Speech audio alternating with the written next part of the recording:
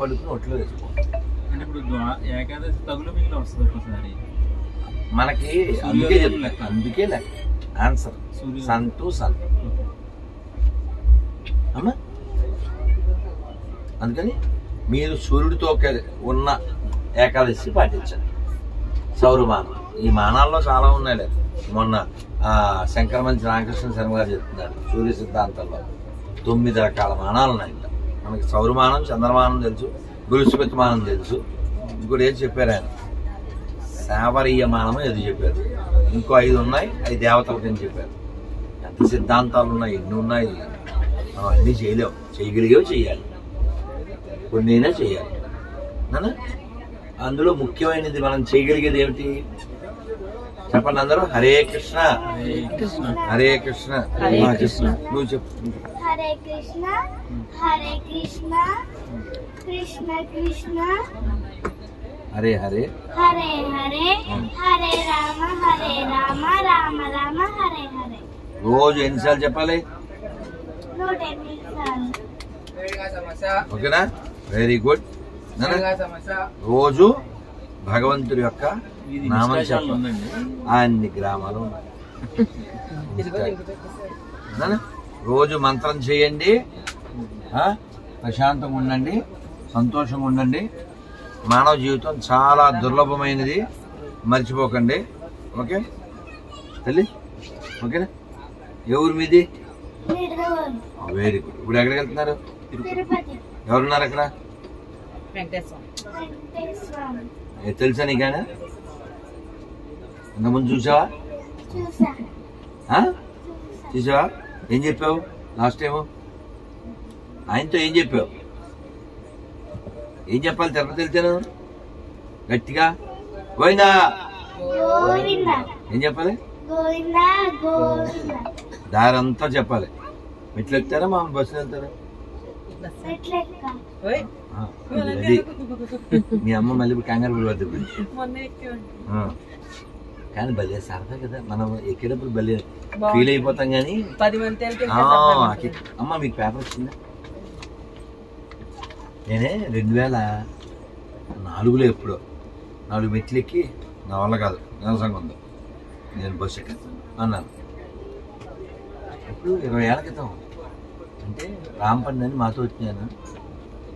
జంతికలు ఏవో తెచ్చాడు, అది బ్రాహ్మణుడు. కొన్ని తిను, ఓపిక వస్తే వెళ్దాం, లేకపోతే దారిలో బస్సు ఎక్కిద్దాను అన్నాడు. మనమే అలా అందరికంటే ముందు. యాక్చువల్గా బలం మనం తినడం వల్ల అలా అనుకుంటే ఏం కాదు. మామూలుగా ఇంట్లో 20 మెట్లు ఎక్కాలి, నేను ఎక్కను అనుకుంటాం. లిఫ్ట్ లేదా అనుకుంటాం. అక్కడ ఎలా ఎవరిస్తారు అని అలా లాగుతాడు. చెక్ చేయండి. ఇంట్లో 23-30 మెట్లు ఎక్కాలంటే పెద్ద నొప్పులు పడిపోతాం. అన్ని మెట్లు ఎలా లాగుతాడు ఆయన?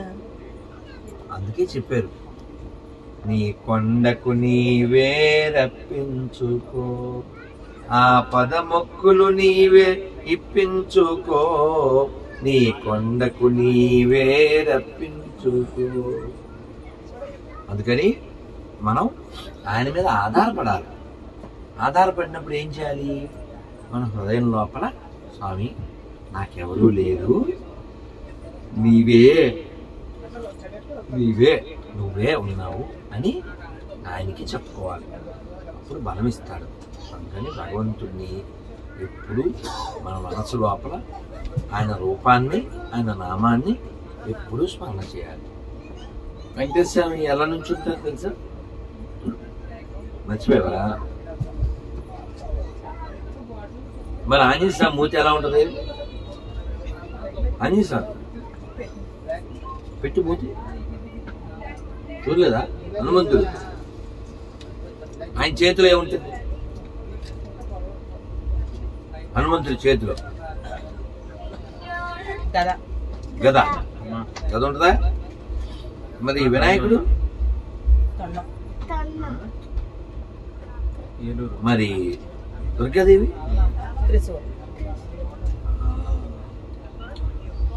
ఇలా మనకి ఎన్నో రూపాల్లో భగవంతుడు దర్శనమిస్తూ స్ఫూర్తినిస్తూ ఉంటాడు.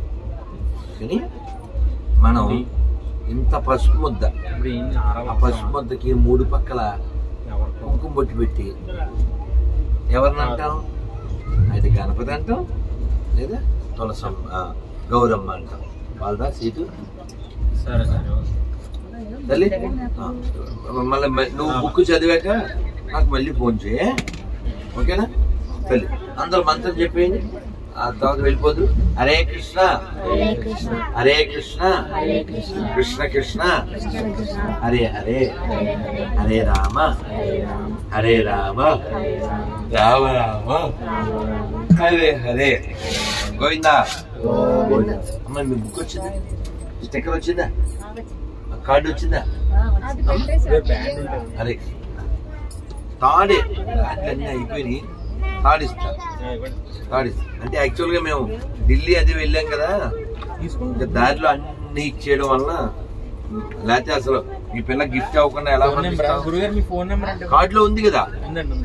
అందుకే చదివాక అమ్మాయి నాకు ఫోన్ చేయాలి, బంగారు తల్లి. అమ్ముడు ఆ బుక్ మొత్తం చదివేసి నాకు ఫోన్ చేయాలి. ఇవాళ 3వ పిల్లవు, నువ్వు 3కి ఇచ్చాను.